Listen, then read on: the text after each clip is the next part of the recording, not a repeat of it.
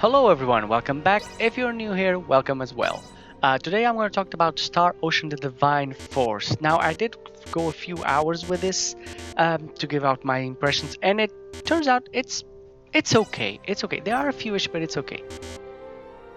You are Raymond. You are a merchant within a merchant ship, and you're flying through space, and your ship gets attacked for no reason, for no good reason. Your ship is attacked, and you will escape on an escape pod and land on a planet that does not yet have sci-fi, interstellar capabilities. It's just a fantasy world. There, you also find that your friend Chloe landed there, so you try and find her. There's also cargo that lands there that you will figure it out what it is later in the game. Computer, get me a read on that craft. Was it from the Yidis? Who's on it?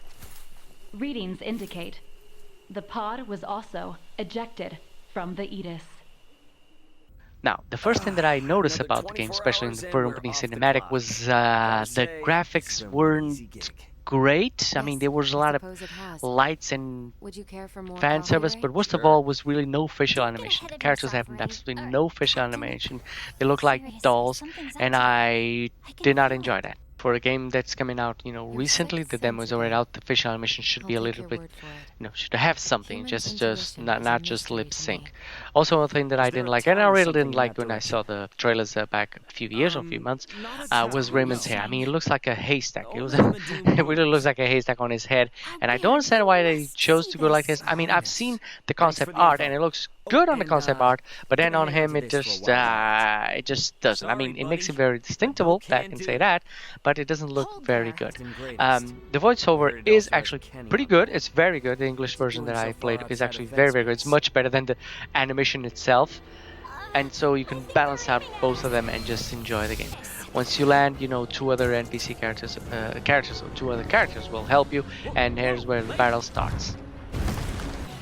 Now, concerning the battle is really flashy, it's really simple to use. You do have something like it's a stamina bar, which is your AP.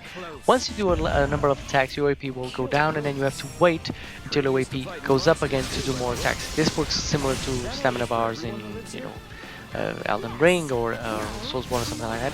Something that I can't say I enjoy. I don't enjoy that. But one thing that I did enjoy, because of the Valkyrie listen that I tried it before, is that lock on camera, to switch enemies and to move the camera are two different systems. So switching the enemies, you use your arrows, and to move the camera, you use your left joystick.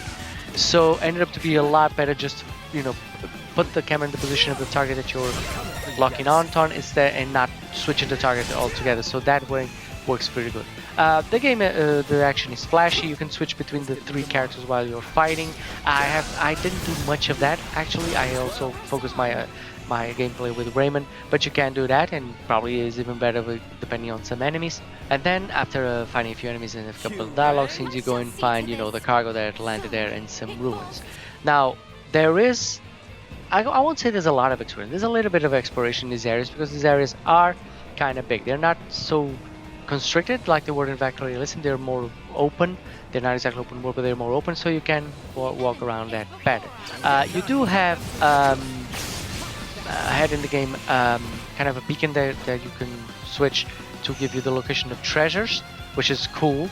At the beginning of the mission, you don't have that. You have to go around and let's explore on your own. Once you do that, then you fight a bunch of enemies. Once you find Duma, and Duma is really where this game is centered. Basically, it's an element where by pressing R1, you charge it and you hover, and then you can lock on an enemy, maybe move behind it and attack him by his blind side. You can also do surprise attacks if the enemy is far away and doesn't see you enough. So that's the main quest of the game, and it's really cool. It's sometimes hard to complicate it, not so much in combat, but in the real world, because you want to point to, because at Duma you have to use it to get to high ground, and sometimes he just flies right over it because you just give it too much boost and you fly over the thing. So it's more tricky to use actually outside of combat than in combat. However, outside of combat, you do have that pulse that gives you the location of treasures, and you can also go to high elevations and find those purple crystals that you need so much to upgrade Duma.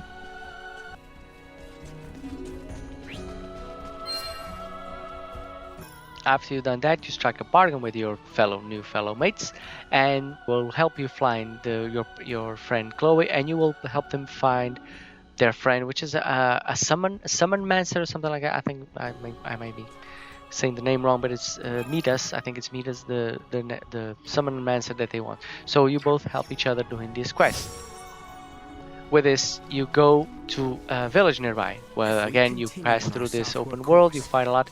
There's one thing I didn't like, which is there's way too many text spawns, way too many. I mean, instead of just easing you into the story, and give you hints about what to do, they just put text in front of you all the time to explain, and you have to read everything. You know, you're not learning kinesthetically, you know, you're not learning by doing. You just have to read and then do, which is not the best game to do in the video game. And then the thing that you really shouldn't do in video games is have prioritize either frame rate or image quality. Now, I think this is a PS4 dilemma. Maybe on PS5 this won't even be an issue, but on PS4 it is. You either choose to have good frame rate or better graphics. If you go for graphics, the scenario will be a lot more visible. It'll look like paper cuts. Maybe if you choose frame rate, the image will appear blurry, a little bit blurry, but frame rate will do fine. And because this is a fast action combat game, I did prioritize frame rate over the other, because once you move to image quality, you can really see that the frame rate drops considerably. You can really see that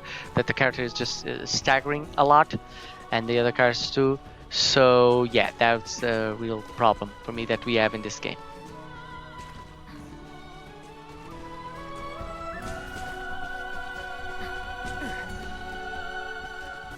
As you play the game in the open world, especially, you have abilities to rest. You will see some small campfires in your abilities to rest there.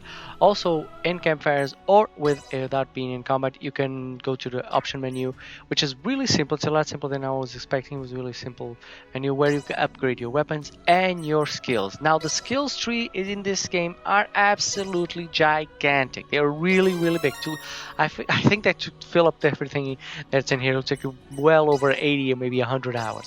The good thing is, as you level up, the primary or the first abilities that you unlock will cost less. For instance, when I started playing the game, the abilities would cost 50 AP, and then as I progress to level 4 or 5 or 6, those abilities now cost 25. So they lower the costs at the level that you are, so you can, you know, max out your level as you can, and then open the trees that you want, and that's really useful and really cool. And just like I said, you can also upgrade Duma. Duma, we don't really have a lot of background on him. We just know that it's there, and it's some kind of probably a military tech, probably something important, something powerful. So you know, you have to use it, and then you have to protect it. You can upgrade it again in the menu. Once you have those purple crystals, you can upgrade its resistance. You can give it new abilities. I didn't unlock any abilities in the demo, but you can do that maybe further ahead in the game. The game, however, is not without its flaws. I did found a few bugs on it, especially entering new areas and walking around with the characters. They just stand still. They wouldn't move anything. They would just become these puppets standing there. So that's one of those things. There are also small quests, especially on the villages that you find. I did make one, which was to save a cat. It was actually marked on the map as something important. I just didn't know what it was, and then the map marked for talk to this character, and the character actually gave it the quest. You cannot, if in this case, find the cat first and then deliver it to the child. You need to find the child first, and then once you know where the cat is, you can complete the quest. So I found that to be helpful, you know, to already have the special points of interest marked, so you know that they're going to be important in some time at the quest or in the follow-up game. Overrunning deliveries any day. Now, all in all, I did enjoy the story and the characters and the voices, which I think are all great. I really was invested in learning more about Duma and what was happening with these characters that he found, or about why he was attacked and all that. I was really invested in it, so time went by really fast just playing this demo. However, the graphics in the frame rate are the biggest issue, because they look really blurry and choppy no matter what you choose. So I think, you know, maybe wait for a while until they figure everything out, or maybe just, you know, try the demo before buying the game. I did enjoy the combat and the setting, and if they are not everything, or at least they decide on how the game is going to look like, especially for PlayStation 4, I think it will be better. I did enjoy it. I think people will enjoy it. And like I said, I Okay, see you around. definitely recommend that you try the demo first and see sorry if it about fits that. you. It's Hope you enjoyed quite this. alright. If you enjoyed You're this not video, hurt, are please like you? and subscribe. And as always, have a great game, guys. Oh, I'm fine. Never seen you here before. But if you're feeling under the weather, don't hesitate to drop by the infirmary. The iatromancer there is one of the best in the business, so you'll be in good hands. Alright, gotta run. That was strange.